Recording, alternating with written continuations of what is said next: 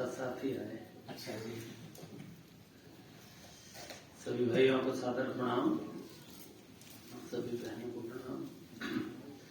आइए एक बार गायत्री महामंत्र हमारे साथ साथ।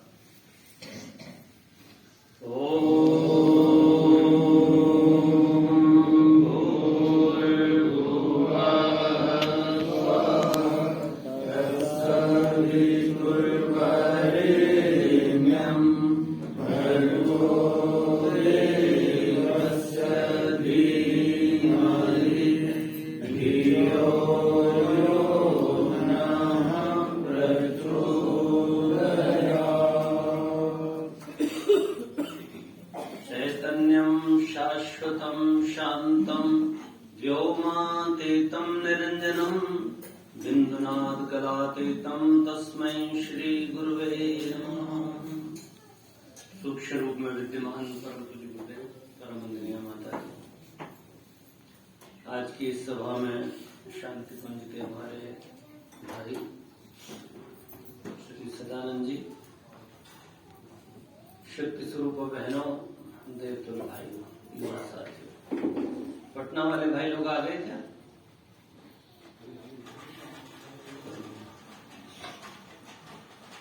25 लोग पटना से भी आ गए। अभी खबर आई रात को, तो उनकी व्यवस्था बनाए। सूचना दिए बिना आने में बड़ी दिक्कत हो जाती है, क्योंकि अब शांति कुंज में आवाज तो सीमित ही है और लोगों का आना बहुत ज्यादा हो गया है। इसलिए पूर्व से सूचना करके अनुमति लेकर आना ही ठीक सुविधाजनक होता है। अन्यथा अब यहाँ कोई मना तो नहीं होता, पर आपको रहने में सुविधा हो जाती है। सबका स्वागत है, आप सब भाई बहनों का भी स्वागत। ये वर्ष पूरा जा रहा है, 2021 और 2022 आ रहा है। स्वाभाविक रूप से माने ना माने, चाहे क्षेत्र की गुड़ी पड़वा से आप नए वर्ष को मानते हो, परंतु ये बात तो तय है कि अब हमारे देश की व्यवस्थाएं सब इस नए वर्ष के हिसाब से ही, सन के हिसाब से चलने लगी। तो 2021 का समय गया और 2022 आ रहा है। एक वर्ष लोग कहेंगे और बीत गया। तो आदमी सोचता है, जन्मदिन मनाता है तो सोचता है अब मैं ये वाला जन्मदिन, अभी 75वां जन्मदिन के 22वां जन्मदिन के 20वां जन्मदिन, पर यथार्थ उसमें ये होता है कि वो उत्सव मनाने की बात कम, ये बात ज्यादा होती है कि हम समीक्षा करें। एक वर्ष और निकल गया और हमारे जीवन का भी एक वर्ष और बीत गया, ऐसा सोचना चाहिए। और इस बात की चर्चा, सोच विचार, मूल्यांकन करना चाहिए कि जो बीत गया है उस वर्ष में हमने क्या किया, क्या नहीं किया, लेखा जोखा करना। भले ही गवर्नमेंट का फाइनेंशियल ईयर अप्रैल से मार्च चलता हो, परंतु हमको तो अपने जीवन के जब इच्छा हो, जन्मदिन से करें या कोई वर्ष के हिसाब से करें, सदैव मूल्यांकन करना चाहिए और आने वाले वर्ष की कार्य योजना बनानी चाहिए। तो आप यहाँ आए हैं शांति कुंज, इस पावन धरा पर। तो इस पावन धरा पर जब आप लौट के जाएं तो आप 2022 की कार्य योजना बना के ले जाइए। अपने मन से अपनी अपनी कार्य योजना बनाइए। अपना जीवन अब कैसा होना चाहिए। भगवान पूज्य गुरुदेव इस धरती पर आए और उनके जीवन का प्रयोजन एक ही रहा कि किसी भी तरह मनुष्य अच्छा हो। यदि मनुष्य अच्छा ना हुआ तो सब अच्छाइयां व्यर्थ हैं। आप कल्पना करिए, किसी परिवार में 5 सदस्य हों और 5 ही बिगड़ेल हों। उस परिवार में सब सुविधाएं हों, धन दौलत, गाड़ी घोड़ा, मकान सब हो, तो क्या वो परिवार सुखी हो सकता है? क्यों नहीं हो सकता ना। आप जिस गांव से आए होंगे, जिस शहर से आए होंगे, अगर शहर में रहने वाले नागरिक, ग्राम के ग्रामवासी यदि सब निकम्मे हों, सब लड़ाई झगड़े करने वाले हों, तो उस गांव को आप अच्छा कह सकते हैं? भले ही उस गांव में पानी की सुविधा हो, बिजली की सुविधा हो, 24 घंटे बिजली हो, रोड हो, बढ़िया भवन बने हो, पंचायत भवन हो, मंदिर हो, सब हो, तालाब हो, सब चीजें हो, पर यदि आदमी अच्छा नहीं है तो सब व्यर्थ। आप जिस स्कूल में अपने बच्चे को भेजते हो, अगर वहां के मास्टर खराब हो तो समस्या है ना। तो सारी समस्या कहाँ है? व्यक्ति। केवल व्यक्ति गड़बड़ है तो सब सुविधाएं होने के उपरांत भी समाज, व्यक्ति, परिवार, देश सुखी और प्रगतिशील नहीं बन सकता। इसलिए जो सबसे बड़ी मूल आवश्यकता है वो आवश्यकता है कि व्यक्ति को कैसे ठीक किया जाए। अब आप जरा विचार करना, आपके लिए हम एक छोटा सा बिंदु देते हैं। गुरुदेव जो कहा करते थे, जब स्वाधीनता का समय आया, पूज्य गुरुदेव ने बहुत सक्रियता से स्वाधीनता आंदोलन में भाग लिया, जेल की यात्राएं की, अंग्रेजों के विरुद्ध शंखनाद किया, श्री राम मत के नाम से प्रसिद्धि पाई, बड़े बड़े काम किए। जैसे ही उनको लगा कि अब देश स्वाधीन हो रहा है, तुरंत गुरुदेव को आदेश हुआ अपने दादा गुरुदेव का कि अब देश स्वाधीन हो जाएगा 15 अगस्त को, तो तुम अब वहां से बाहर हो जाओ और अब तुम उस काम में जुटो जिस काम के लिए स्वाधीनता का संग्राम हुआ है। स्वाधीनता का संग्राम सिर्फ इसलिए नहीं हुआ था कि भारत की भौगोलिक सीमाओं को अंग्रेजों से मुक्त करा लें, वरन भारत की स्वाधीनता का संग्राम इस उद्देश्य से हुआ था कि भारत के पास एक बहुत ही महान पूंजी दबी पड़ी, और वो महान पूंजी है भारत की अपनी संस्कृति, यहाँ की मनुष्यता, यहाँ का धर्म, यहाँ की सनातन व्यवस्था। अगर ये व्यवस्था स्वाधीन ना हुई तो ये विज्ञान का बढ़ता हुआ युग सारे मनुष्यों को मरघट में ले जाकर खड़ा कर देगा, या फिर सामूहिक आत्महत्याएं हो जाए, क्योंकि उसके पहले घटनाएं घट चुकी थी। जब गुरुदेव ने स्वतंत्रता आंदोलन छोड़ा, उसके पूर्व ही द्वितीय विश्व युद्ध हो गया था, और द्वितीय विश्व युद्ध में करोड़ों लोग मारे गए। हिरोशिमा और नागासाकी पर परमाणु बम गिराए गए। एक क्षण मात्र में, एक सेकंड में पूरे मनुष्य से लेकर बिल्डिंगों तक लावे में बदल गए। इतना तेज, इतनी तेज उसमें शक्ति थी, इतना ताप पैदा हुआ।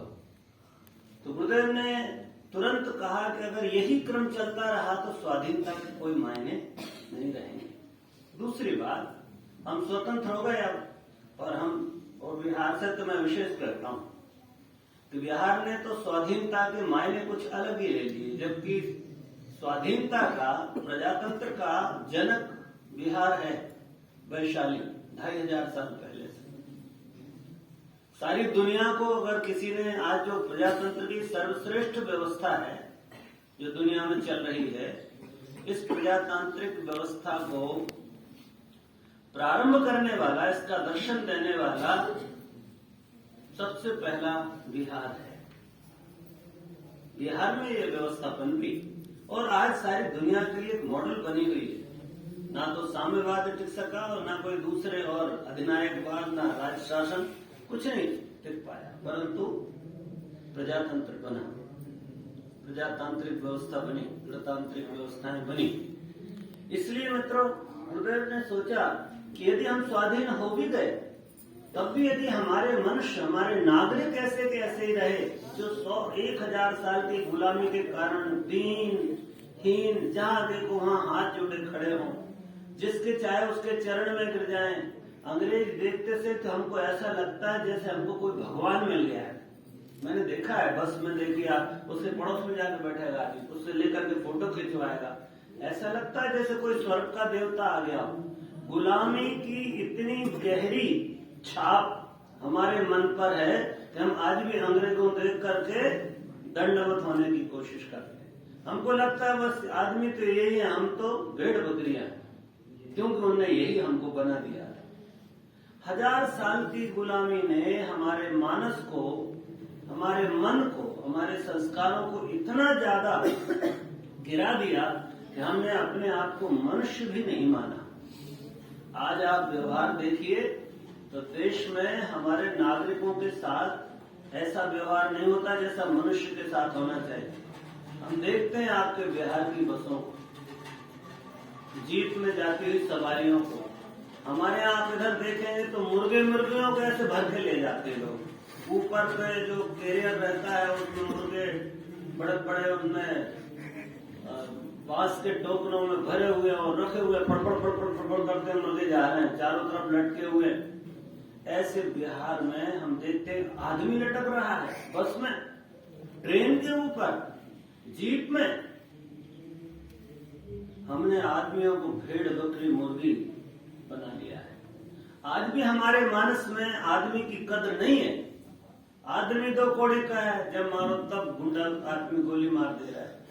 जब वो किसी दूसरे को आदमी को आप झटका देते हो, उठा ले जाते हो, मार डालते हो। कल ही बता रहे थे कैसे ऐसे माफिया हुए कि जिनने अपने तालाबों में मगरमच्छ पाल लिए, आदमी को मारा, 4 टुकड़े किए और मगरमच्छ को डाल दिए, पता नहीं कहाँ गया। क्या समझते हैं मित्रों, ये मनुष्य इस संसार का सर्वश्रेष्ठ प्राणी है। और यदि ये सो जाए तो जो सर्वश्रेष्ठ आदमी घर का मुखिया सो जाए तो घर लुटना निश्चित है।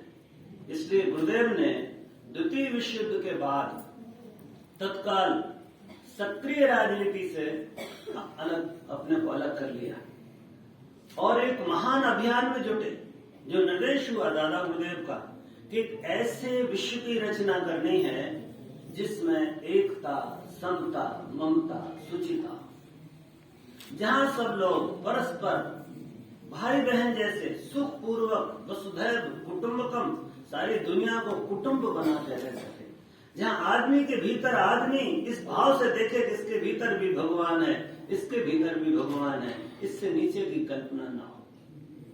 इसलिए मित्रों, स्वाधीनता के उस महान आंदोलन से जब देश स्वाधीन होने की स्थिति में आ गया, जब दैवी संकेत मिल गए, ऋषियों ने कह दिया कि अब इसको कोई नहीं रोक सकता, स्वाधीन होगा। पर मनुष्य को, भारतीय संस्कृति को और भारतीय मनुष्यों को इस स्तर पर विकसित करना होगा ताकि आने वाले दिनों में दुनिया सुखी और समुन्नत रह सके। दुनिया में आज हाहाकार मच रहा है। एक युग निर्माण आंदोलन है जो मनुष्य को मनुष्य बनाने की बात कर रहा है, जो अभी भी ये कह रहा है कि पहले मनुष्य बनाओ। हमारे राजनेता जितने भी स्वाधीनता आंदोलन में खड़े हुए, जैसे ही स्वाधीनता आंदोलन खत्म हुआ, हम स्वाधीन हुए कि सबकी वासनाएं, सबकी लिप्साएं जाग पड़ी और लड़ाई झगड़े होने लगे। मंत्री बनने के लिए, प्रधानमंत्री बनने के लिए षड्यंत्र होने लगे। और आज हम उसका एक बहुत बढ़िया स्वरूप देख रहे हैं। जो उनने सोचा कि दूर देश को लूट खाओ, ये पिछले 70-75 साल से ये देश पहले भी लुट रहा था, 1000 साल से।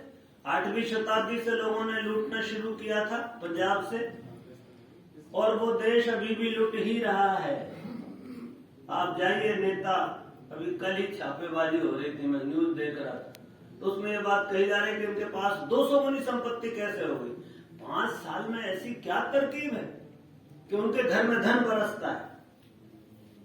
सारे देश को लूट करके अपने घरों में भरने की। और वो बता रहे थे स्वीडिश बैंकों में लोगों ने अपने पैसा जमा कर रखे, वहां संपत्तियां हैं उनकी, अरबों खरबों की ऐसी संपत्ति इकट्ठी कर ली, उनकी 50 पीढ़ी बैठ करके खाए। ये बात अलग है कि समय बदलेगा, पैसा किसके पास रहेगा ये कोई नहीं जानता, और इस भ्रम में तो लोग लगे। तो मित्रों, सारा देश लुटता रहा और लुट रहा है। क्यों? क्योंकि व्यक्ति का निर्माण तो हुआ ही नहीं। नेता बन गया, आदमी ने ये कहा हम समाज सुधारेंगे, समाज सुधार के आंदोलन चले। हमने ये सोचा हम देश सुधारेंगे, देश के सुधार के आंदोलन चल पड़े। परंतु व्यक्ति को सुधारे बिना देश कैसे सुधरेगा भाइयों? देश कोई अलग, कोई ऐसी स्थिति नहीं है कि आप कहो ये देश है। आप किसे भारत कहोगे? कौन है भारत? कहाँ रहता है? कहाँ उसका भवन है? कौन सी गाड़ी में चलता है? क्या खाता है? ये भारत माता कौन सी साड़ी पहनती है? आपको ढूंढना मुश्किल हो जाएगा। तो भारत हम सब के बीच है, हम सबकी आत्मा है। ये भारत माता हम सबकी रगों में बहने वाला रक्त है। अगर यही दूषित हो गया तो भारत माता कैसे अच्छी हो सकती है, देश कैसे अच्छा हो सकता है। इसलिए एक एक मनुष्य को बढ़ना होगा, एक एक मनुष्य को ठीक करना होगा। एक कामचोर और हरामखोर मनुष्यों से हमको एक श्रेष्ठ त्याग परोपकार से भरा हुआ प्रेम, करुणा, ममता, दया, समता, एकता, परिश्रम और साहस से भरे हुए नागरिकों को पैदा करना होगा। इससे नीचे में कोई बात नहीं बनेगी। आप कितना भी विकास करिए, आप जितनी अच्छी बंदूक बनाएंगे उतने ज्यादा लोग मरेंगे, आप जितने बढ़िया बम बनाएंगे उतने ज्यादा लोग मरेंगे। अर्थात ऐसा लगता है कि मनुष्य अपने आप को नष्ट करने की योजना में लगा हुआ है। आप दुनिया के किसी भी विज्ञान की किसी भी धारा को देखो, यदि मनुष्य का निर्माण नहीं हुआ तो विनाश के पूरी की पूरी योजना है। आप घर में फ्रिज लाइए और फ्रिज को अगर आप ठीक आदमी नहीं है तो आप फ्रिज घर में बीमारी का कारण बन जाता है। आप टेलीविजन लाइए, बहुत सुंदर खबर देता है, सारी दुनिया की खबर देता है, पर आपका दिमाग ठीक नहीं है तो आप टेलीविजन में वो चीज देखते हैं जो आपके घर परिवार, आपकी संस्कृति और आपके बच्चों को बर्बाद कर रहा है। आप जेब में फोन रख रहे हैं, कितना भी अच्छा फोन हो, अगर आपकी खोपड़ियां ठीक नहीं है, आपका दृष्टिकोण ठीक नहीं है तो आप फोन में वो चीजें देखते हैं जो आपको पतन की ओर ले जा रही है, आपके बच्चों को बर्बाद कर रही है। माता पिता सब परेशान है। क्या फोन का दोष है? हर माँ कह रही साहब फोन बच्चे मान नहीं रहे, दिन भर फोन पे रहते हैं, आंखें खराब हो रही, उंगलियों में बीमारी हो रही है, हाथ पैर कपने लगे बच्चों के। अभी 5-7 साल के 8 साल के बच्चों के हाथ ऐसे ऐसे कांप रहे हैं, मैंने देखा है, बीमारियां हो रही। फोन कर रहा है नहीं, हमारा मानस, हमारा दिमाग, हमारी जीवन पद्धति हमको बर्बाद करने में लगी हुई है। तो प्यारे भाइयों बहनों, आप चाहे गांव से आए, चाहे शहर से आए, चाहे नौकरी करें, चाहे खेती करें, चाहे विद्यार्थी हो, चाहे धनपति हो, सेठ जी हो, इससे कोई फर्क नहीं पड़ता। फर्क इस बात से पड़ता है आप कैसे व्यक्ति। अगर आप अच्छी महिला हैं तो आप अच्छी पत्नी हो, आप अच्छी माँ हो, अच्छी बहन होंगी। आप अगर अच्छे व्यक्ति हैं तो आप अच्छे पति होंगे, आप अच्छे बाप होंगे, आप अच्छे नागरिक होंगे, आप अपने माँ बाप के अच्छे सेवक होंगे, आप देश के लिए बहुत कल्याणकारी होंगे, आपका परिवार स्वर्ग जैसा सुखी होगा। इसलिए मित्रों ये बात छोड़ दो कि हमारे ठीक होने से क्या होता है। आपके ठीक होने से आप और आपका परिवार सुखी हो सकता है। दुनिया की बात छोड़िए। और यदि आपका परिवार और आप ठीक हो गए तो समाज ठीक होगा, और समाज ठीक हुआ तो देश और ये विश्व ठीक होगा। पर प्रश्न उठता है कि इसके लिए कौन प्रयास करे। 70 साल में कोई आपने मनुष्य के निर्माण की योजना पढ़ी सुनी कहीं? आपको पढ़ने में आया हो कि बिहार सरकार ने, कि भारत सरकार ने कोई योजना बनाई हो, हम मनुष्यों को अच्छा बनाएंगे। योजना बनी स्पीड ट्रेन चलाएंगे, योजना बनी हवाई जहाज उड़ाएंगे, इंटरनेशनल एयरपोर्ट बनाएंगे, योजना बनी कि जहानाबाद की हर सड़क अच्छी होगी, योजना बन गई कि जहानाबाद में पानी 24 घंटे सप्लाई होगा, पानी की कोई कमी नहीं होगी, बिजली 24 घंटे रहेगी। और कोई योजना आपने देखी जिसमें कहा होगा जहानाबाद से प्रत्येक व्यक्ति को ईमानदार, श्रेष्ठ, सच्चा और अच्छा नागरिक बनाएंगे? है कोई बात? बोलिए, कोई योजना बनी? आप विद्यार्थी को, बच्चे को स्कूल भेजते हैं, वो केमिस्ट्री पढ़ाता है, फिजिक्स पढ़ाता है, इतिहास पढ़ाता है, भूगोल पढ़ाता है, आबकाइयों का जीवन पढ़ाता है, पर कभी आपने सुना कि वो ये पढ़ाता होगा आपका बच्चा सुसंस्कारी कैसे? कोई है सब्जेक्ट आपके में? तो आप कहाँ जा रहे हैं? ये देश और ये दुनिया, ये मनुष्यता किस दिशा में जा रही है? ये सोचने का, विचार करने का, गंभीरता से इस पर बहुत काम करने की जरूरत है। और मित्रों, अगर इस पर काम नहीं हुआ तो मैं आपसे फिर कहता हूं कि ये विकास अंत में विनाश के रूप में हमारे समक्ष खड़ा होगा। हम सब मिलकर ये मनुष्य जाति आत्महत्या कर लेगी, आप पक्का मानना। अभी आप जाइए पश्चिम में, अमेरिका के बच्चे कह रहे हैं धन नहीं चाहिए, शांति चाहिए, हिप्पी बन रहे हैं, न जाने क्या क्या स्वांग रच रहे हैं। हमारे देश के बच्चों को देख लो, आप फटे कपड़े पहनने लगे। हमको नहीं चाहिए अच्छे कपड़े, फाड़ के पहनते कपड़े, इधर से फटा, लड़के लड़की सब फटे कपड़े पहन। क्यों भाई फटे कपड़े क्यों पहन? वो अच्छे वाले बढ़िया टेरिलियन और टेरिसूट जो अपन सूट पहनते थे वो सब बंद हो गए। अब वो कपड़े पहनते जो अमेरिका में मजदूर लोग पहनते थे काम करने के लिए, जिनको धोना नहीं पड़ता। आप धो के कपड़े पहनते थे, अब मैं बिल्कुल गंदे कपड़े पहन रहे हैं। 15-15 दिन धोने की जरूरत नहीं, उस कपड़े को ऐसा कपड़ा पहन रहा है। मेले से मेला होता है तब वो ज्यादा महंगा होता है, उसकी कीमत ज्यादा है। क्या दिमाग चल रहा है हमारा, कहाँ जा रहे हैं हम? अब आपको पता है, अब कह रहे हैं बच्चे कह रहे हैं शादी नहीं करेंगे, शादी की जरूरत ही नहीं। क्यों? क्योंकि लिव इन रिलेशन में रह रहे हैं। सरकार कह रही है आप साथ साथ रहो, शादी की जरूरत नहीं। बच्चे पैदा हों किसके खाते में जाएंगे? कौन पालेगा बच्चों? आप बताइए तो जरा। आपका लाडला जिस पर आपकी निगाह टिकी थी कि हमारे कुल का दीपक है, हमारी कुल की परंपरा चलाएगा, उसने कह दिया बच्चे पैदा नहीं करेंगे। अरे बच्चे पैदा करने की ताकत ही नहीं बची, अब तो बच्चे नहीं हो रहे। नई नई शादियां होती हैं, डॉक्टर्स के चक्कर लगाते साहब, प्रेगनेंसी नहीं हो रही, कंसीव नहीं हो रहा है। क्यों? इम्पोटेंसी बढ़ गई है।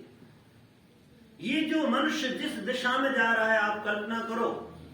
अब आदमी को साधन नहीं चाहिए, आदमी बाहर भाग रहे हैं। गांव में आजकल ऐसी, हमारे उत्तराखंड में ऐसी गाड़ियां और बसें बन रही जिनमें रह के आप जंगल में जाकर आओ। तो भैया जंगल में तो हम पहले रह रहे थे, जंगल छोड़ के शहर बसाया, शहर छोड़ के फिर जंगल की ओर जा रहे हैं। तो मेरा सिर्फ ये निवेदन कहने का, इतनी बात करने का आपसे ये आग्रह है कि मनुष्य का निर्माण ही सर्वप्रथम करणीय कार्य है। यदि आपने अपने बच्चे को अच्छा नहीं बनाया और आप उसको मोबाइल, उसकी ड्रेस, उसका स्टडी रूम, उसकी टेबल कुर्सी, उसका स्कूल, उसकी कोचिंग और उसके साथी और उसका घूमना फिरना, उसका बर्थडे गिफ्ट और उसकी केक काटने में आप लगे रहे, तो ये बच्चा कल आपके कुल को बर्बाद कर रख देगा। ध्यान रखना। आप जरा जाइए, यहाँ के जितने भी वृद्धाश्रमों में लोग फूट फूट कर आंसू आंसू रो रहे हैं। बच्चे इंग्लैंड में, अमेरिका में, जर्मनी में बैठे हुए हैं, 10-10 करोड़ के पैकेज ले रहे हैं, बाप 2 रुपए के लिए भीख मांग रहा है। तो क्या ऐसा समाज चाहते हो? अगर नहीं तो सब मिलकर काम करेंगे। गुरुदेव ने कहा बेटे हमारा प्रथम लक्ष्य है व्यक्ति निर्माण, मनुष्य को गढ़ेंगे। कहां गढ़ेंगे? कैसे बनेगा मनुष्य? मनुष्य को गढ़ने की टकसाल बनाई, फैक्ट्री बनाएंगे। ये गायत्री परिवार का ये मुख्यालय, जिसे आप शांति कुंज कह रहे हो, आज से 50 वर्ष पूर्व इसकी स्थापना की। और गुरुदेव ने कहा बेटे ये गायत्री परिवार का मुख्यालय ये मनुष्य को मनुष्य बनाने की टकसाल है। एक फैक्ट्री है जहां सच्चे और अच्छे मनुष्य गढ़े जाएंगे। ये एक सांचा है जहां पर ढलकर देवता जैसे मनुष्य निकल कर जाएंगे। उन्होंने कहा ये एक सुधार गृह है, ये एक व्यायामशाला है। आप आइए और यहाँ सद्गुणों का, आदर्शों का अभ्यास करिए और अपने आदर्शों से मजबूत पहलवान बन के जाइए। उन्होंने कहा ये गेस्ट हाउस है, आप यहाँ आइए और देखिए कि जीवन कैसे जिया जाता है। उन्होंने कहा ये एक आश्रम है जहां आप आइए और ऋषियों की जीवन शैली का 9 दिन अभ्यास करिए, 5 दिन अभ्यास करिए। उन्होंने कहा यह एक आरण्यक है जहां आप आइए और तपस्या करिए। गुरुदेव ने कहा बेटे हमने एक ऐसा स्थान चुना, ये हमारे दादा गुरुदेव ने बताया। उन्होंने कहा कि उत्तराखंड में गंगा के तट पर, इस उत्तराखंड के प्रवेश द्वार, हरि के द्वार, भगवान बद्रीनाथ के द्वार पर और भगवान शिव के द्वार पर, हरिद्वार कहो चाहे हरिद्वार कहो, हरिद्वार माने भगवान विष्णु का द्वार और हरिद्वार माने, हरि माने भगवान विष्णु का द्वार और हरिद्वार माने शंकर जी का द्वार। उस द्वार पर एक सप्त सरोवर नाम का क्षेत्र, जिस क्षेत्र में जहां पर ऋषियों ने आज से लाखों वर्ष पूर्व जब गंगा का अवतरण हुआ था तब वो तपस्या रखते। यहाँ पर 7 धाराओं में सप्त धारा क्षेत्र है जहां पर गंगा ऋषियों के तप के स्थान को छोड़ करके 7 धाराओं में विभक्त होकर के उनके अड़ोस पड़ोस से निकल गई, भगवान भागीरथ लेके चले गए आपके बंगाल तक। उस क्षेत्र में एक ऐसा स्थान है जहां महर्षि विश्वामित्र ने, ब्रह्मर्षि विश्वामित्र ने तप किया, जिनने अपनी शक्ति से, अपने पुरुषार्थ से, अपनी तपश्चर्या से भगवती गायत्री के दिव्य ज्ञान को, जो मनुष्य का सर्वोत्तम ज्ञान हो सकता है संसार का, उस परम ज्ञान को उन्होंने यहाँ अवतरित किया, यहाँ उसका दर्शन किया, यहाँ उस भगवती गायत्री का साक्षात्कार किया। इसलिए उसी भूमि पर वही गायत्री इन दोनों इस युग में अब सबका आधार बन सकती, और कोई मार्ग नहीं। आप लक्ष्मी की पूजा करिए, बुराई कुछ नहीं, पर लक्ष्मी की पूजा करने की जरूरत नहीं, लक्ष्मी के लिए मेहनत करने की जरूरत है। ठीक है ना?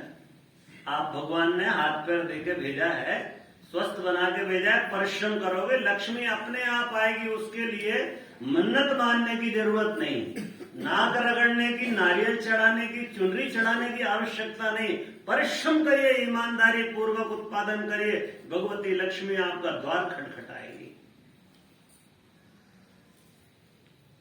जानकारी के लिए सरस्वती माता की आरती उतारने की जरूरत नहीं, जयंती मनाने की आवश्यकता नहीं। अध्ययन करिए, स्वाध्याय करिए, निरंतर तीर्थ यात्रा करिए, सत्संग करिए, ज्ञान आपके मस्तिष्क में प्रवेश कर जाए।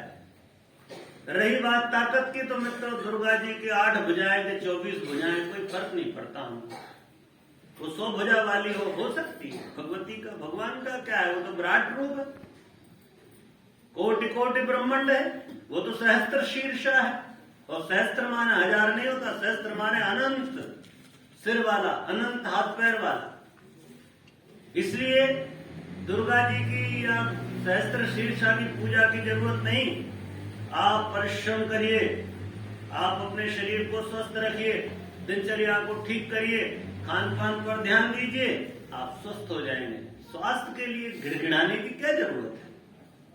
हमारी आदत खराब हो गई। जो काम हम कर सकते हैं उसके लिए भी भगवान से मांग रहे हैं तो थप्पड़ ही पड़ती है। कोई बेटा माँ से हर चीज के लिए कहे, माँ जरा पानी दे देना, माँ जरा मेरा होमवर्क कर देना, तो एक दिन फिर माँ देती, तू किस काम का है, तुझे किस लिए पैदा किया है? जब हमें को सब करना था, भगवान को ही सब करना है, दुर्गा जी, सरस्वती, लक्ष्मी, हनुमान जी और शंकर जी और विष्णु भगवान, ब्रह्मा जी को ही सब करना था, तो आप क्यों? क्या जरूरत है? विदा हो जाओ।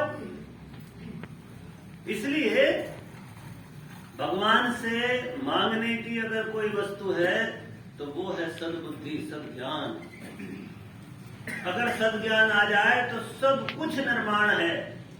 बस वही नहीं है, दिमाग इधर जाता है, इधर जाता है, बुद्धि उधर भागती, उधर करूं कि नहीं करूं, पता नहीं कहां कहां ले जाती बुद्धि, कितनी दुर्गति कराती है। हे परमात्मा, इस निरंतर चंचल चलायमान मन, ये मेरी बुद्धि को आप अपनी शरण में लिए रहना। जहां सुमति तहां संपत्ति, जहां कुमति तहां। भाइयों बहनों, एक बात बहुत स्पष्ट रूप से समझ लो कि जीवन में कुछ चाहिए तो एक सदचिंतन चाहिए, एक दृष्टिकोण चाहिए, एक अच्छा विचार चाहिए, एक अच्छी मति चाहिए। कौन आदमी को बताओ सुमति की जरूरत नहीं? बच्चे को, बूढ़े को, जवान को, व्यापारी को, किसान को, अधिकारी को, किसको जरूरत नहीं? जिसके पास सद्बुद्धि आ गई वही सुमति तहां संपत्ति न। सब सारी संपत्तियां जो आप इधर उधर भटक रहे थे, एक चाबी खोलने से सब चाबियां, सारे द्वार खुल रहे हो। ऐसी मास्टर की है ये, ऐसी रामबाण गोली है ये, जो एक गोली से ही सब रोग ठीक हैं। सारे भव रोगों की जड़ है अज्ञान, और इन सारे रोगों का इलाज है गायत्री मंत्र। तो गुरुदेव ने उस मंत्र का सहारा लिया। जो शक्तियां ब्रह्मर्षि विश्वामित्र ने तप करके पैदा कर दी थी, यहाँ की रज रज में, कण कण में आपको आश्चर्य होगा, अनंत अनंत कोटि कोटि गायत्री मंत्र की शक्ति भरी हुई। यहाँ का रज रज, कण कण, पत्ता पत्ता, हवा की एक एक झोंका आपको गायत्री मंत्र का संदेश देता है, जीवन का संदेश देता है, सद्बुद्धि की, सद प्रेरणा की, सुमति का संदेश देता है। इसलिए यहाँ पर गुरुदेव ने वहीं से दिखा दिया, यहाँ शांति मंच बनाओ। 50 वर्ष पहले वंदनीय माता जी को लेकर गुरुदेव यहाँ आ गए और उन्होंने इस महान तीर्थ का, वो तीर्थ चेतना थी, उसके जागरण का अभियान प्रारंभ किया। सबसे पहले तो यहाँ सोई हुई शक्ति को जगाओ।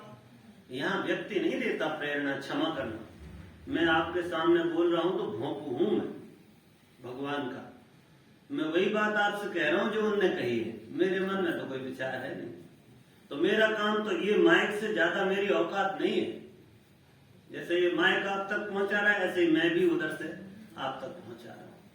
तो गुरुदेव ने यहाँ बंदरिया माता जी को लेकर पधारे और 24 लाख के 24 महापुरुष शरण देव कन्याओं के माध्यम से वंदनिया माता जी ने प्रारंभ की। और फिर तब का एक ऐसा अध्याय शुरू हुआ, एक ऐसा अभियान शुरू हुआ कि जो आए वो यहाँ तप करे, जो आए वो यहाँ तप करे। आज भी 24 लाख गायत्री मंत्र जप प्रतिदिन यहाँ हो रहा है।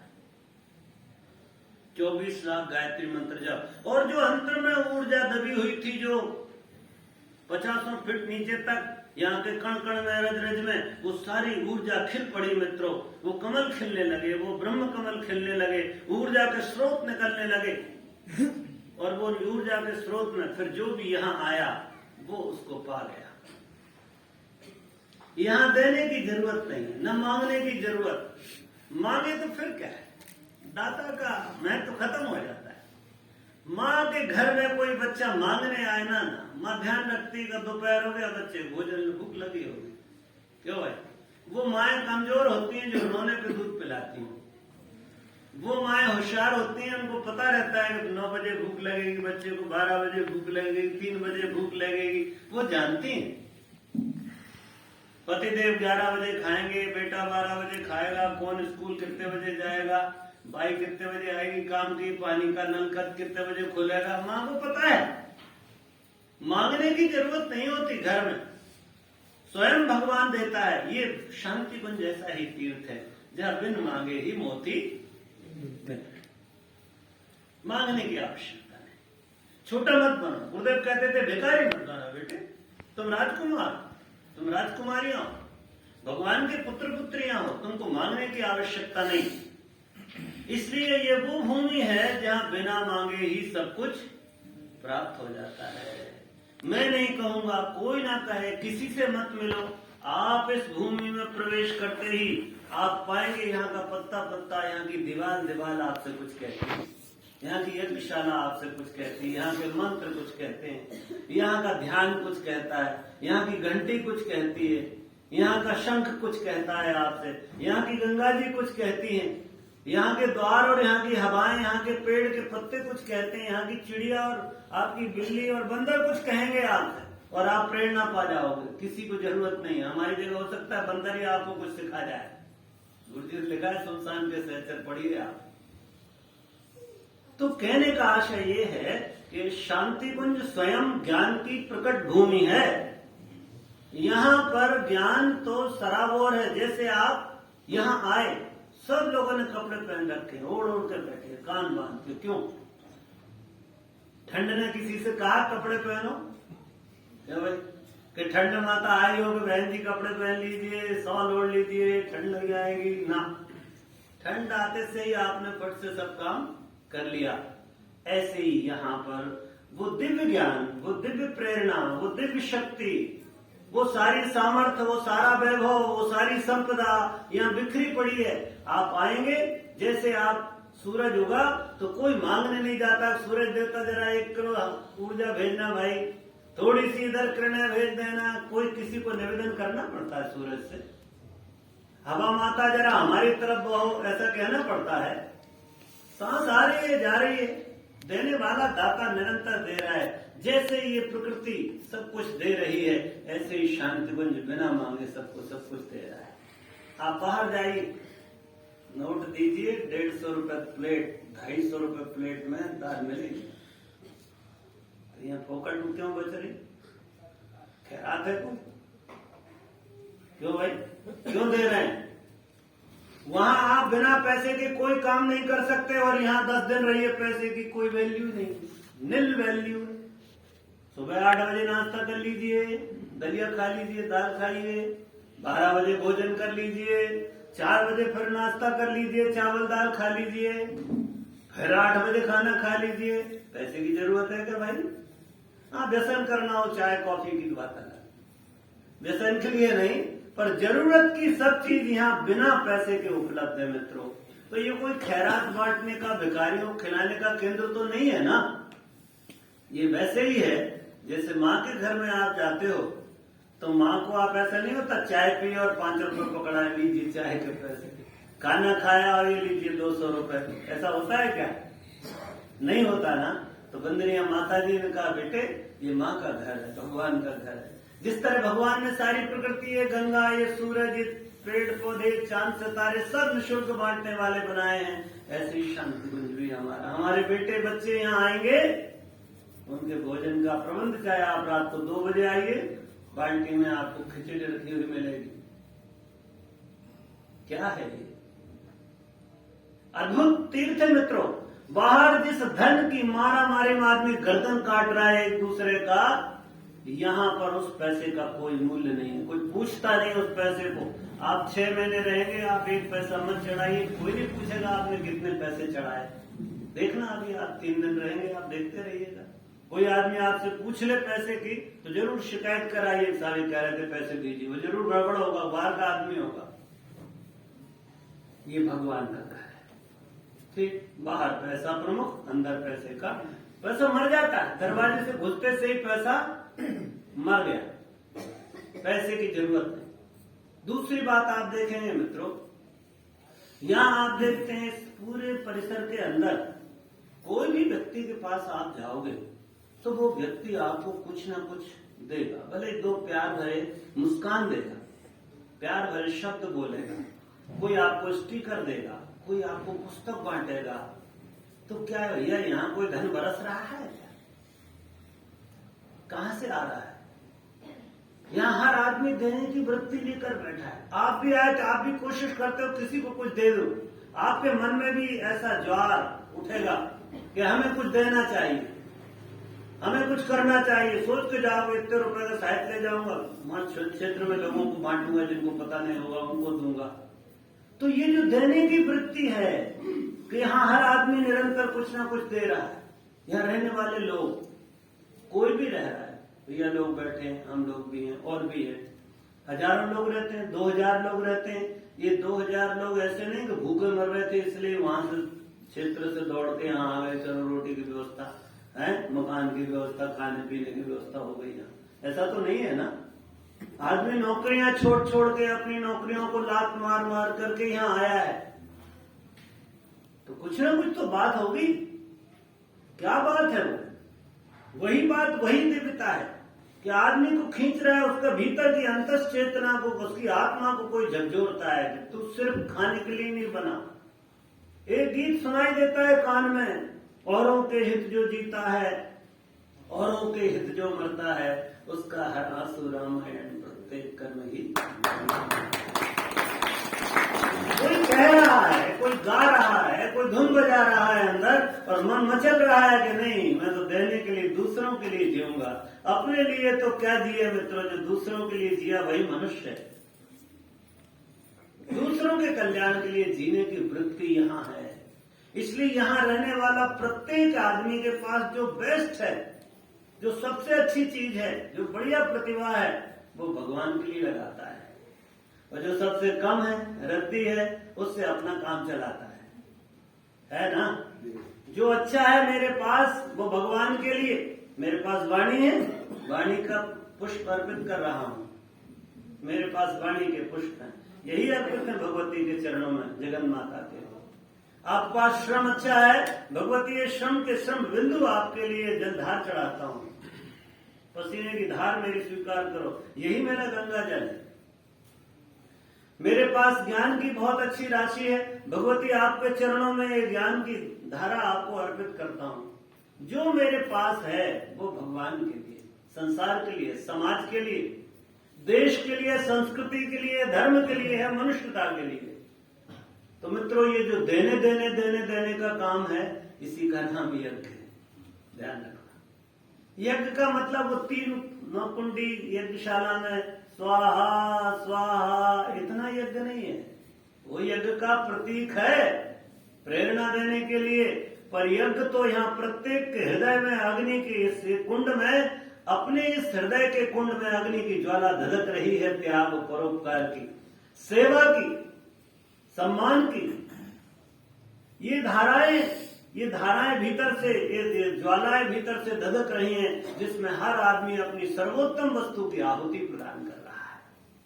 इसलिए इस शांतिकुंज की जो दीवारें आपको चारों तरफ की दिखाई देती है, बाउंड्री वाल, ये बाउंड्री वाल नहीं है मित्रों। यज्ञ की जो 3 मेखला होती है ना यज्ञ कुंड में, काली, लाल, सफेद, ये 3 मेखलाएं ही इसकी चारों तरफ की बाउंड्री वाल हैं, और उनके भीतर ये धधक रहा है ये दिव्य यज्ञ, युग का महायज्ञ, ये विराट अश्वमेध, ये विराट राजसूय यज्ञ यहाँ घटित हो रहा है, और अंतरिक्ष में सूक्ष्म में घटित हो रहा है, और उसमें हर आदमी एक आहुति बनकर डला हुआ है, अपनी आहुतियां डाल रहा है अपने जीवन की। इसलिए शांति कुंज एक विराट यज्ञशाला है। शांति कुंज एक विराट यज्ञशाला है मित्रों, इसको समझने की आवश्यकता है। बहुत गंभीर बात है ये, इस पर विचार करना चाहिए। तो मित्रों, ऐसी दिव्यताओं को लेकर के ये केंद्र परम पूज्य गुरुदेव ने बनाया। अब आपको लगेगा यहाँ का काम क्या है, यहाँ क्या हो रहा है भाई? पूजा पाठ हो रहा है, भजन कीर्तन हो रहा है। हम इधर आ गए तो हमारे समाज वाले लोग कहते हैं हाँ वो हरिद्वार चले गए भजन करने के लिए। वो ऐसा बोलते हैं, अरे बताओ बैंक में नौकरी कर रहे थे, छोड़ करके वहां भजन करने चले गए हरिद्वार। वहां तो आदमी यही सोचता है, तो यहाँ भजन क्या भजन हो रहा है, कौन सा भजन चल रहा है यहाँ भजन को कहते हैं, इसको कहते हैं भज सेवायाम, सेवा ही भजन है। यहाँ समाज की सेवा ही, राष्ट्र की, देश की, संस्कृति की, धर्म की सेवा ही यहाँ का भजन है। जब तक का क्रम है वो तो सीमित सुबह सुबह निपट जाता है। शेष समय क्या है, तो शेष समय सेवा के लिए समर्पित है। तो क्या सेवा होती है और क्या हो रहा है? तो गुरुदेव ने बेटे कहा कि बेटे हमारा सबसे बड़ा काम जो है ना वो व्यक्ति निर्माण है, सबसे पहला काम। तो यहाँ पर आप जैसे लाखों लोग आते हैं साल भर, आपको यहाँ से नहीं बताया जाता कि यहाँ से लौट के जाओगे और फिर पंडित जी हम आएंगे गर्मी के दिन में, जब आपकी गेहूं की चने की फसल कट जाएगी, आपकी धान फूट जाएगी, तो फिर हम आएंगे और फिर बलदाव जी का प्रसाद लेके आएंगे, फिर गंगा जली का लोटा लेके आएंगे, हैं? और फिर आपके घर में जाएंगे और फिर 2 quintal, 8 quintal, 5 quintal, 50 kilo, 10 kilo, 20 kilo इकट्ठा करके एक जगह करेंगे, फिर उसको बेच करके लोटे की नोट की गड्डी लेकर के वापस। कोई आता है क्या? शांति कुंज का कोई पंडा आपने जाता है क्या पैसे बटोरने? नहीं जाता ना। तो फिर क्या काम है? तो गुरुदेव ने कहा बेटे व्यक्ति निर्माण का कार्य है, व्यक्ति निर्माण। अच्छे और सच्चे मनुष्य बनो। यह क्या कहा जा रहा है? यह कही जा रही कि आप अपना चिंतन, अपना चरित्र, अपना व्यवहार ठीक करो। अगर आपको ठीक से चिंतन करना नहीं आते, खोपड़ी उल्टा ही उल्टा सोचती है, देवरानी को कैसे पटकी मारूंगी, क्यों साहब? देवर जी का जो लड़का है बड़ा वाला, उसको तो पीछे ही रखना है, अपने छोटे वाले को आगे बढ़ाना है। ये योजना नहीं। जिसका दिमाग जो भटक रहा है, जो चिंतन रात दिन कुछ भी सोच रहे हैं, आप कभी सोचना 5 मिनट बैठ के थोड़ा सा अकेले आंख बंद कर बैठ जाओ 5 मिनट, सुबह शाम रात जब भी फुर्सत हो, और 5 मिनट बाद आप सोचो मैंने 5 मिनट में क्या क्या सोचा, तो सच में आपको आश्चर्य होगा कि आप पागल से कम नहीं समझोगे। आपको ये पक्की बात। आपको लगा अभी वो यही था हरिद्वार में, अब थोड़ी देर बाद चला गया गंगा जी में नहा रहा, फिर वो हर की पौड़ी में उसको ब्लाउज खरीदने वहां चला गया, और कहना माला खरीदने जाने गंगा जल ही भर रहा है। फिर पता लगा वो जहानाबाद चला गया, फिर पटना की जंक्शन पे घूम रहा है, फिर कहीं मिठाई खा रहा है, फिर कचौड़ी पकौड़ी का ध्यान आ गया, फिर घर की रोटी की याद आ गई, फिर भोजनालय याद आ गया। आपको लगेगा 5 मिनट में कम से कम 5000 जगह घूम के आया, इतना फास्ट स्पीड में चल रहा है। दुनिया के सारे यंत्र उपकरण यान सब फेल है। इतना तेज काम करता है वो, एक एक सेकंड में एक एक काम कर देता है। हाँ, अभी लड़के आ गया, किसी को चांटा मारा है, घर की चाबी देखा है लगी कि नहीं लगी, ठीक आ तो गए हैं, वो बार बार अंदर वाली अलमारी की चाबी लगाए थे कि नहीं लगाए, वहां चाबी लगा रहा है, आपको पता ही नहीं चलेगा ये दिमाग पागल कर रखा है आपको। तो ये अचिंत चिंतन कहते हैं गुरु जी। इस चिंतन को ठीक करना, जो सोचना चाहिए वो सोचने में लगाना। अरे ये बड़ी ताकत है। मन एव मनुष्याणाम कारण बंध मोक्षयो। बंधन और मोक्ष का कारण ये मनुष्य का मन है। ये चाहे तो आसमान की ऊंचाइयों को उड़ा दे और चाहे तो पाताल की गंदगी में आग को घुसा दे। ये मन बड़ा प्रबल है। मन के हारे हार और मन के जीते जीत। तो आप क्या करना चाहते हैं? इसको ठीक करना चाहिए कि नहीं? इसलिए गुरुदेव ने कहा चिंतन को व्यवस्थित करना पहला काम। दूसरा उन्होंने कहा चरित्र। काम और विचार मिलकर बनता है चरित्र। कार्य, क्रिया पद्धति, व्यवहार और विचार मिलकर के बनता है चरित्र हमारा। तो अच्छा चरित्र बने हमारा। अभी तो चरित्र की इतनी धज्जियां उड़ गई हैं कि अब चरित्र नाम का कोई झंझट बचा नहीं। वैसे भारतवर्ष का तो राष्ट्रीय चरित्र भी गड्ढे में चला गया।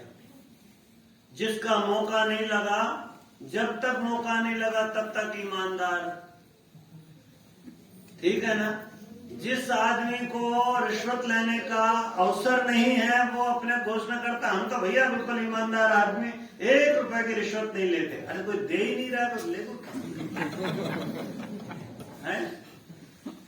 तो जिसका अवसर नहीं लगा वो ईमानदार। मौका लगते से ही ऐसा दांत काट करके पकड़ता है कि आदमी की जवान निकाल ले, खून पी जाए आदमी का। तो ये जो स्थिति है, ये स्थिति बड़ी गंभीर है मित्रों। ये चरित्र का संकट पूरे देश में, दुनिया में खड़ा हुआ है। तो आदमी के चरित्र को ठीक करना, वो विचार अच्छा करेगा, अच्छे काम करेगा तो उसका चरित्र, उसका व्यक्तित्व अच्छा बनेगा। इसलिए उसका चरित्र ठीक करना, एक श्रेष्ठ चरित्र, एक ऊंचा चरित्र, एक उदारवादी चरित्र, एक प्रेम करने वाला। अभी तो प्रेम का मतलब ही कुछ गड़बड़ी। प्रेम करने वाला चरित्र बहुत लोग पता नहीं क्या क्या सोचने लगते, कहां चले जाते हैं। वो लड़के लड़की के प्रेम में घुस जाते हैं, अड़ोस पड़ोस में आंखें भिड़ाने लगते हैं। अरे ये प्रेम नहीं मित्रों। प्रेम एक दूसरे का सम्मान करना, छोटे के लिए आदर, छोटे के लिए प्यार और बड़ों के लिए सम्मान, ये है प्रेम। तो प्रेम करने की प्रक्रिया अर्थात अपने चरित्र को ठीक करना हर क्षेत्र में जरूरत है मित्रों। आप जिस कार्यालय में काम करते हैं, गए 11 बजे, 10:30 बजे, और क्या चल रहा है और कैसा है, और फलाना ढंग का फिर अपनी कहानी सुना दी। आज रात को मैं वहां गया था और सुबह मेरे यहाँ वो आया था, फलाना हुआ, ढंग का हुआ। 50 बातें करते 1 घंटे निकाल लिया, 11 बजा लिए 10 से। फिर 11 बजे बोले चलो चाय पी के आते हैं। फिर चले गए बाहर की गुमटी पे, तो वहां खड़े होके हाथ पैर हिलाते हुए, ऐसे ऐसे करते हुए चाय पी रहे हैं। फिर चाय पी के आए, फिर कोई आ गया काम करने वाला, कहने आज साहब नहीं है, जा छुट्टी। भगा दिया आदमी को। काम नहीं कर रहा है आदमी, बेईमानी, काम चोरी में भयानक रूप से लगा हुआ है ना। और फिर इतने में कहीं कोई पकड़ आ जाए किसी की, तो कहना भैया बिना फाइल यहां से हिलेगी नहीं, आप तो कुछ माल रखो। शिष्टाचार जरूरी है। भ्रष्टाचार को शिष्टाचार बना करके फिर वो उसका आर्थिक चरित्र बिगड़ गया। अच्छे से अच्छे रिश्तेदार को आप 10,000 रुपए में उधारी पे मौके पे दे दीजिए और फिर आप उसके चक्कर लगाइए, उसकी नजर बदल जाती। अरे यार पीछे लगे, खा के भग रहे, खा के भग रहे। ये तुमने कहा था महीने भर में दे देंगे, 1.5 महीना हो गया, आप तो लौटाओ। आपको नानी याद दिला देगा। चरित्र खराब हो गया आर्थिक आदमी का। इसलिए चरित्र का संकट है, इसको ठीक करना गुरुदेव यहां सिखाते हैं आपको। और तीसरा है मित्रों व्यवहार। सारा खेल, सारा जगत का व्यवहार व्यवहार पर निर्भर है, ध्यान रखना। दुकान उसी की चलती है जिसका व्यवहार अच्छा है। सामान अच्छा हो और गालियां देता हो, हाँ घर चले आए, सुबह से मुंह उठा के आ गए।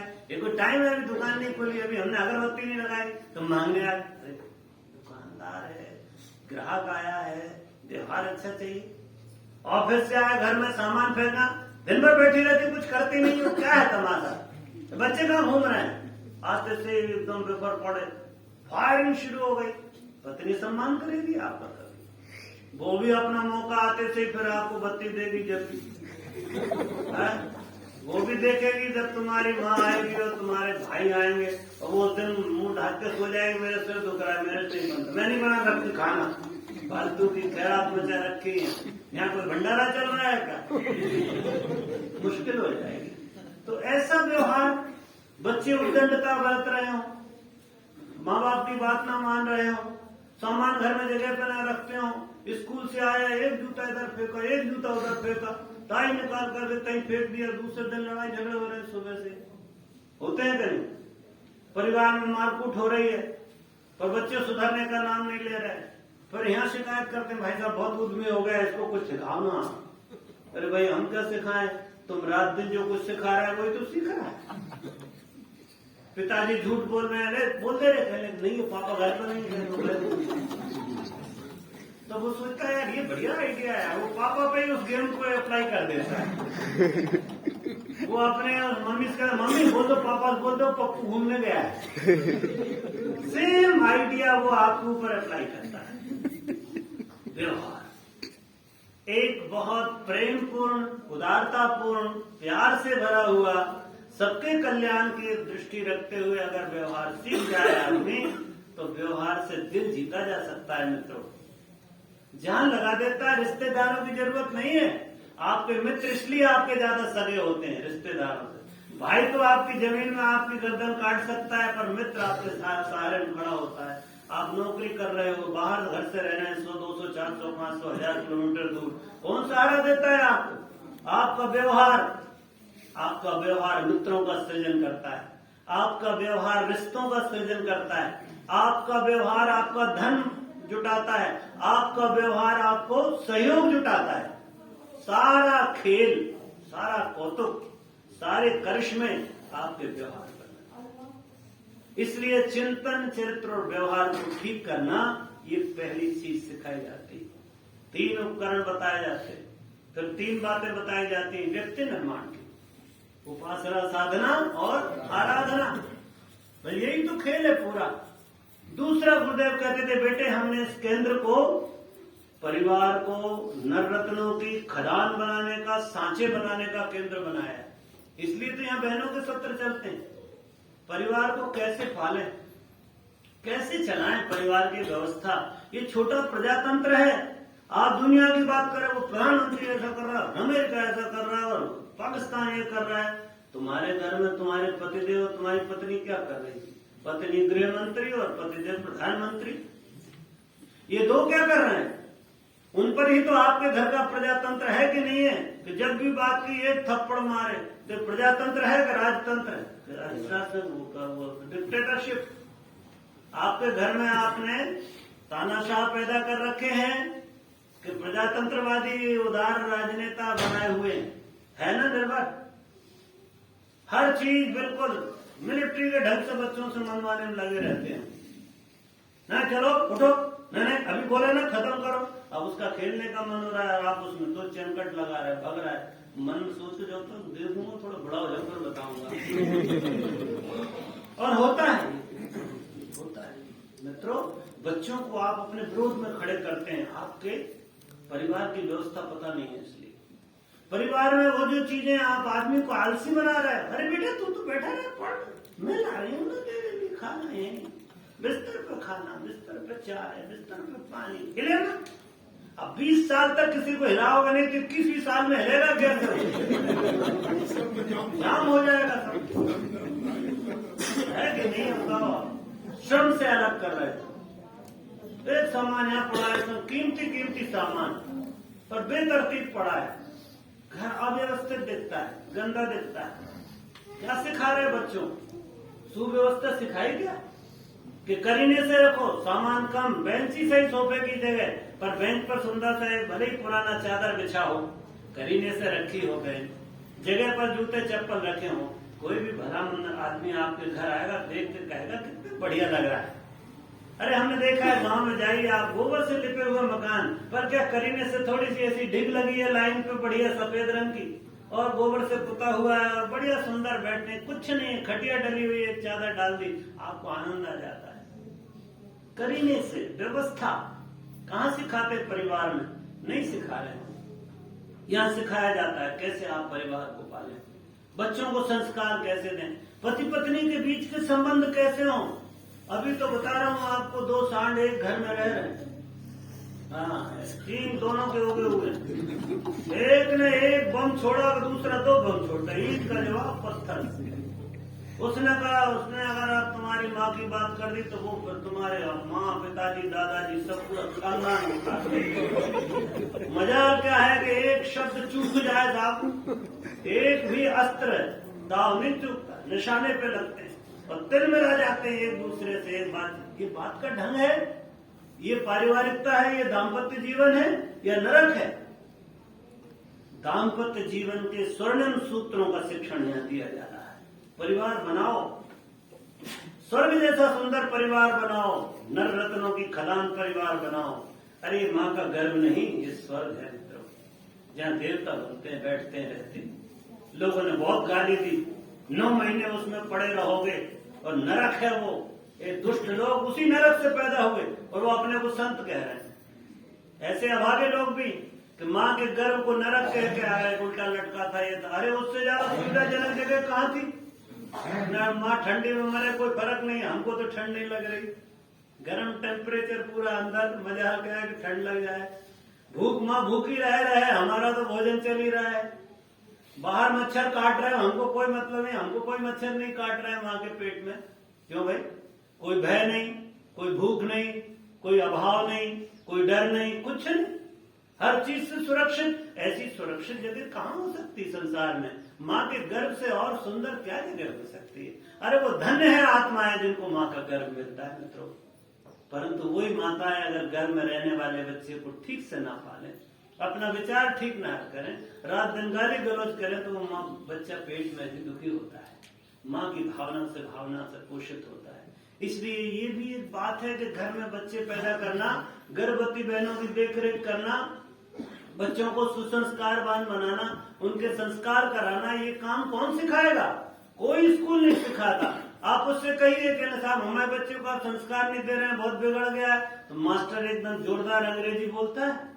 वो कहता है, sorry ma'am, I am a chemistry teacher, this is none of my business, you mind this sanskar vanskar. मुझे कुछ पता नहीं, मैं तो केमिस्ट्री का टीचर हूँ, ये संस्कार वंस्कार आप जानिए, आपका काम जाने। वो पापा माँ बाप को कह रहा है बच्चे को बिगाड़ रहे हैं, ध्यान नहीं रखते। माँ बाप मास्टर को कह रहे हैं कि स्कूल वाले, मास्टर वाले हमारे बच्चे को बिगाड़ रहे हैं। अब बच्चा बड़ा परेशान है। तीसरा कोई सिस्टम नहीं है ना, गड़बड़। तो मित्रों, परिवार का निर्माण कैसे हो? घर में बुजुर्ग बैठे हैं, बुजुर्गों का सम्मान नहीं करोगे, तुम्हारी कोई, मैं तो कई परिवार देख चुका, कई सैकड़ों, जो बाप के साथ जैसा व्यवहार कर रहे थे, उनका बेटा उनके साथ वही व्यवहार करता है। अभी हाल की घटना है, बाप बेटे की लड़ाई हो रही, ठीक है, बाप दारू पी के आया हुआ था, उसका बेटा उससे झगड़ रहा था, उसका बेटा भी आया, उसने पूरी घटना देखी और फिर वो ऊपर अपने जीने से जब ऊपर आने लगा तो अपने बाप से बोला, ऐसे ही आप भी करोगे, मेरे को भी ऐसे ही करना पड़ेगा क्या? बुजुर्गों का सम्मान नहीं, बच्चों का संस्कार नहीं, परिवार में दंपत्ति में प्रेम नहीं, ऐसा परिवार नरक होता है मित्रों। और इसके विपरीत हो जाए, परिवार में प्रेम हो, संस्कार हो, दूसरों का, बुजुर्गों का सम्मान हो, बच्चों का संस्कार हो, पति पत्नी एक दूसरे के लिए क्या साहब, एक दो शरीर एक आत्मा बन के रहें, तो यही परिवार स्वर्ग है। तो स्वर्ग बनाइए परिवार को। और तीसरा काम है मित्रों, इस शांति कुंज सिखाता है कि आप किस तरह समाज को समुन्नत बनाएं। अरे आपके बच्चे ठीक हो गए, पड़ोस के बच्चे बिगड़ेंगे तो? आपकी लड़की बहुत सुंदर है, बड़ी सुसंस्कारी, पड़ोस में बिगड़े लड़का है, पता नहीं कब लेके भाग जाएगा, आपके सब संस्कार धरे रह जाएंगे। है कि नहीं है बताओ आप? अभी हो रहा है ना संकट, लव जिहाद चल रहा है। हमारी बच्चियों को स्कूल में से ही कोई उड़ा ले जाते हैं विधर्मी लोग, और हम पूरे जीवन की कमाई हमारी बर्बाद हो जाती है। या लड़के पता नहीं कहां कहां जाकर के शादी कर रहे हैं, आते से प्रणाम करते हैं, ये कौन? हाँ, आपकी बहू है, बोले आशीर्वाद। तो ये जो झंझट है ना, ये समस्याएं सामाजिक हैं, रीति रिवाज, मूढ़ मान्यताएं, प्रथा परंपराएं, जादू टोने, ज्योतिष। आपके तो बिहार में बहुत जोरदार है ज्योतिष देखने वाले लोग, आप देख रहे हैं, लिख रहे हैं और खूब पैसे कमाते हैं, एक दिन में 1-1 लाख 2-2 लाख रुपए कमा रहे हैं। मूर्ख बना रहे हैं लोगों को, समझते ही ये मूर्ख लोग हैं और धूर्त लोगों की चांदी हो रही है इस चक्कर में। तो इसलिए इस समाज से इन मूढ़ मान्यताओं को समाप्त करना और इस समाज को समुन्नत बनाने का काम कौन सिखाएगा? कौन सा विद्यालय, कौन सी सरकार? बताओ आप मेरे को, कौन जिम्मेदार? कोई जिम्मेदारी लेने को तैयार नहीं है। व्यक्ति निर्माण, परिवार निर्माण और समाज निर्माण की जिम्मेदारी लेने को कोई तैयार नहीं। मित्रों, लोग तैयार हैं पैसे लेकर के, हुंडियां और थैलियां लेकर के रोड बनाओ, गाड़ियां बनाओ, हवाई जहाज चलाओ, अस्पताल बनाओ। अरे अस्पताल बनाओगे तो बीमार बढ़ रहे हैं, कितने अस्पताल बनाओगे? पुलिस बनाओ, थाने बनाओ और कोर्ट बनाओ, अपराध कितने हो रहे हैं, कैसे समाधान निकलेगा? अरे एक अपराध विहीन, एक स्वस्थ समाज बन जाए तो भैया अस्पतालों की क्या जरूरत और क्या कोर्ट और कचहरी की और पुलिस की आवश्यकता है? इसलिए एक सभ्य समाज की नव रचना के लिए गुरुदेव ने कहा, बेटे स्वस्थ शरीर स्वच्छ मन अपना, सभ्य समाज बनाएंगे, नया सवेरा नया उजाला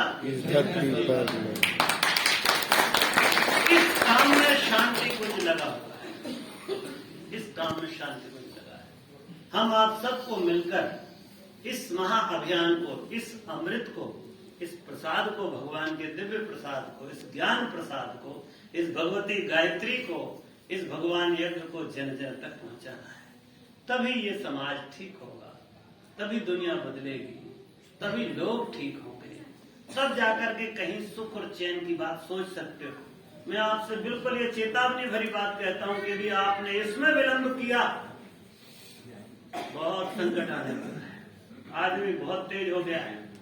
पहले का आदमी 10-20 रुपए की चोरी करता था। हमने देखा जब छोटे थे तो आदमी जा रहा है रास्ते में, रात का अंधेरे में आया, उसने एक लठ जड़ा और उसने लठ मार करके आपके 10-20 रुपए झड़ा लिए, ठीक है ना?